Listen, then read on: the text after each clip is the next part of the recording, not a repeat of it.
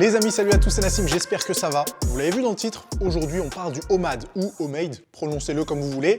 OMAD ou OMAD, c'est un acronyme pour One Meal a Day, donc un repas par jour. Et c'est un type de diète qui a vachement gagné en popularité, mine de rien, ces derniers mois, ou en tout cas j'en entends beaucoup parler ces derniers mois. Il se passe pas une seule semaine sans qu'on m'envoie un message sur Instagram par exemple, lorsque je poste des stories de mes repas. Nassim, qu'est-ce que tu penses du OMAD? Qu'est-ce que tu penses de ne manger qu'une seule fois par jour? Et il ne se passe pas une seule journée sans que sur TikTok, je vois des gens s'indigner et critiquer le OMAD, et d'un autre côté, des gens s'indigner parce qu'ils pensent que le OMAD, c'est la meilleure façon de fonctionner. Et on voit souvent des arguments du genre « ouais, mais un repas par jour, c'est pas bon pour la santé parce que c'est pas possible d'assimiler autant de protéines d'un coup ». Et dans l'autre camp, on entend des arguments du genre « oui, mais l'être humain n'est pas fait pour manger 4 ou 5 repas par jour, etc. etc. » Aujourd'hui, on va analyser tout ça, vous le savez comme d'habitude, avec du calme, avec du recul, pour démêler un petit peu le vrai du faux. Avant de rentrer dans les explications, deux choses les amis. La première, abonnez-vous à la chaîne, ça fait plaisir. Ça serait cool que j'atteigne les 700 000 abonnés avant la fin de l'année. Et pour ça, j'ai besoin de votre soutien, donc cliquez sur le bouton s'abonner.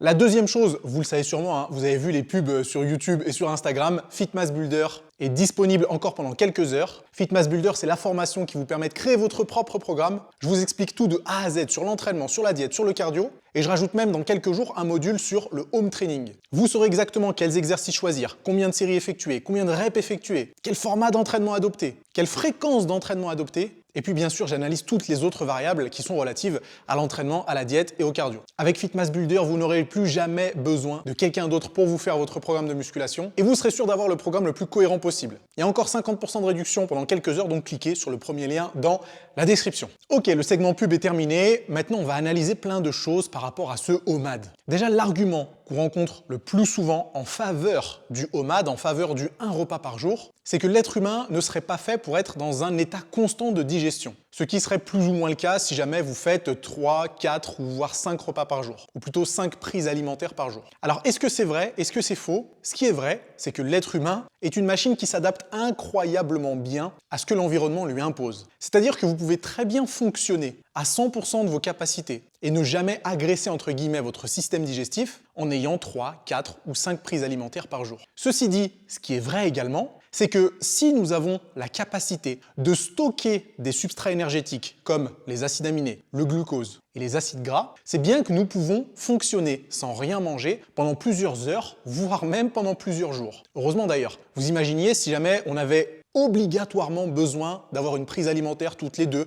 3 ou 4 heures, la race humaine serait éteinte depuis bien longtemps. Donc effectivement, un individu peut très bien fonctionner à 100% de ses capacités avec un seul repas par jour, et il peut également très bien fonctionner à 100% de ses capacités avec 3, 4 ou 5 prises alimentaires. La chose à se demander, c'est qu'est-ce que vous recherchez en adoptant le One Meal a Day ou en consommant plusieurs prises alimentaires dans la journée? Est-ce que vous cherchez à être en bonne santé? Est-ce que vous cherchez à optimiser l'hypertrophie musculaire? Est-ce que vous cherchez à optimiser les performances? Est-ce que vous cherchez à optimiser l'endurance? Tout ça, en fait, ce sont des distinctions qui sont hyper importantes et qui feront la différence. Dans ce sens-là, si votre objectif est l'hypertrophie maximale, c'est-à-dire que si vous voulez mettre toutes les chances de votre côté pour construire le plus de muscles possible, eh bien vous avez tout intérêt à diviser vos prises alimentaires pour que chacun de vos repas contienne entre 0,4 et 0,6 g de protéines par kilo de poids de corps et par repas. En gros, on coupe la poire en deux, vous prenez votre poids de corps, vous le divisez par deux, c'est la quantité de protéines que vous devriez manger par repas. Vous faites 80 kg, 40 g de protéines maximum par repas. Vous faites 60 kg, 30 g de protéines maximum par repas. Et donc forcément, ce ratio-là va vous obliger à multiplier les prises alimentaires pour ne pas dépasser cette quantité. Je vous mets d'ailleurs la référence de l'étude qui parle de la quantité maximale de protéines que vous pouvez consommer par repas dans la description. Est-ce que ça veut dire que vous ne pouvez pas prendre du muscle avec un repas par jour? Je n'ai jamais dit ça. Beaucoup de personnes l'ont prouvé et certains ont même réussi à construire des quantités de muscles assez honorables. Mais sauf qu'il faut bien faire la distinction entre quelque chose qui fonctionne et quelque chose qui est optimisé à 100%. Prendre du muscle avec un repas par jour, bien sûr, ça fonctionne. Prendre du muscle avec 3 séances de musculation par semaine, bien sûr, ça fonctionne. Prendre du muscle avec une seule paire d'haltères, bien sûr que ça fonctionne. Est-ce que tout ça, c'est optimal pour progresser le plus possible et le plus rapidement possible? La réponse est définitivement non. Mais vous savez comment ça se passe sur les réseaux sociaux et sur Internet en général. On aime bien les réponses qui sont soit blanches, soit noires. On n'aime pas faire preuve d'un peu de nuance pour trouver la réponse à un problème. Il y a aussi d'autres choses à prendre en compte avec cette fameuse quantité de protéines que vous ne pourriez pas dépasser à chaque repas. Encore une fois, les choses sont toujours à nuancer. Si jamais vous faites un seul repas dans la journée et que vous consommez entre 150 et 160 grammes de protéines sur ce seul et même repas, il y a de fortes chances que pour atteindre cette quantité de protéines-là, vous soyez obligé de multiplier les sources de protéines. Qui dit multiplication des sources de protéines dit obligatoirement temps de digestion différent. C'est-à-dire que sur ces 150 grammes de protéines, il va peut-être y en avoir 30% qui vont être digérés en 1 ou 2 heures, 30% qui vont peut-être être digérés en 5 ou 6 heures, et 40% qui vont peut-être être digérés en 7 ou 8 heures. À partir de ce constat-là, on peut très bien arriver à la conclusion que c'est pas si bête que ça de consommer de grosses quantités de protéines sur un seul repas, à condition que les sources de ces protéines soient différentes.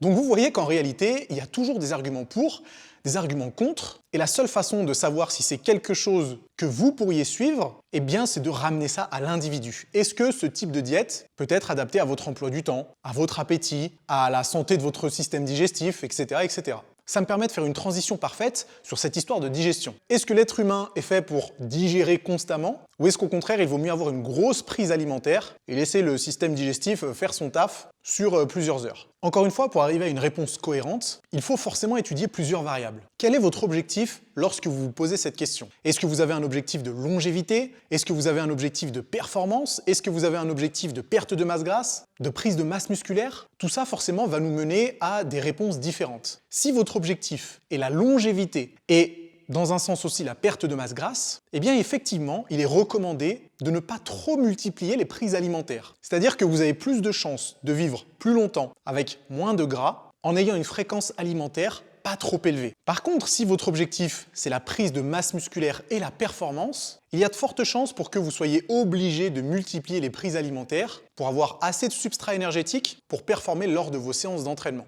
Est-ce que la digestion va avoir un impact sur ces conclusions? Absolument. De la même façon que nous n'avons pas tous la même morphologie, nous n'avons pas tous les mêmes insertions musculaires, nous n'avons pas tous les mêmes sécrétions hormonales, eh bien le bon fonctionnement entre guillemets de notre système digestif peut largement différer en fonction des individus. C'est-à-dire qu'une personne peut ne jamais rencontrer de problème en consommant 2000 ou 2500 calories sur un seul repas, alors qu'une autre va se sentir ballonnée, fatiguée, énervée, juste avec un repas qui s'approcherait des 1000 calories. Donc bien évidemment, il n'y a pas de bonne ou de mauvaise réponse, tout est individualisé. Je sais que certains d'entre vous n'aiment pas ce genre de vidéo, où en conclusion, j'arrive au constat qu'il n'y a pas de bonne ou de mauvaise réponse. Le OMAD, ce n'est pas bon ou mauvais pour la santé ou bon ou mauvais pour les performances. La bonne réponse est « ça dépend ». Mais tant qu'on aura des débats énervés entre des gars qui crient sur TikTok que l'être humain n'est pas fait pour manger 4 ou 5 repas dans la journée, et que de l'autre côté, on a des guignols qui disent « ouais, mais on peut pas digérer 150 grammes de protéines par repas », tant que les échanges seront comme ça, c'est clair qu'on va pas faire avancer la situation. Et vous aurez remarqué que,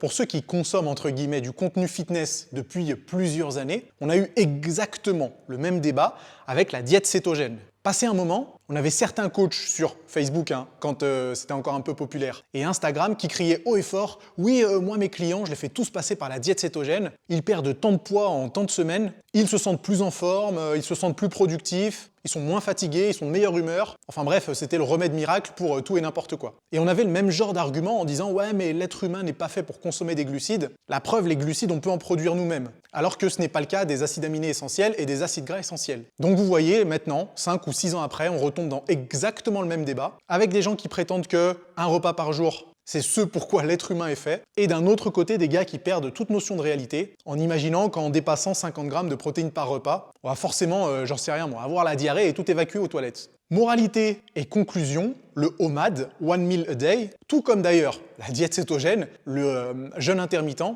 peut être un outil extrêmement efficace pour les personnes qui ne fonctionnent pas très bien avec une fréquence alimentaire trop importante. Faut pas que vous imaginiez que dans cette vidéo, je suis en train de descendre le One Meal a Day, parce que c'est typiquement quelque chose que je pourrais suivre, étant donné que j'ai pas un très gros appétit et que ça doit faire au moins 6 ans que j'ai pas fait plus de 3 repas par jour. Collation y compris. Donc clairement, si demain je devais choisir entre un seul repas par jour et 5 repas par jour, je vous le dis tout de suite, je choisis un repas par jour. Mais en tant que coach et éducateur entre guillemets, je dois prendre du recul pour vous dire ce qui est vrai et ce qui est faux. Donc, One Meal a Day, excellent outil pour ceux qui n'ont aucun problème avec une seule prise alimentaire, pour ceux qui ont peut-être un petit peu de mal avec la perte de gras, pour ceux qui aimeraient rajouter quelques années à leur espérance de vie, mais surtout pour ceux qui ont un système digestif qui pourrait supporter d'aussi grosses quantités quantité de calories et de protéines sur un seul repas. Mais au contraire, un repas par jour, ça sera clairement pas adapté. Pour ceux qui se sentent complètement inutiles et inefficaces 3 heures après avoir fait leur dernier repas, ou pour les personnes qui ont besoin d'un apport calorique extrêmement élevé, ça me semble difficile de consommer 4500 calories par exemple sur un seul repas. Donc pour ces personnes-là, ce sera quand même plus judicieux de multiplier les prises alimentaires. Et dernière chose, pour optimiser, je dis bien optimiser à 100% la prise de masse musculaire, plusieurs repas par jour restera toujours la méthode la plus efficace. Ok les amis, c'est tout pour cette vidéo, j'espère que ça vous a plu. Je ne sais pas si vous aviez déjà entendu parler du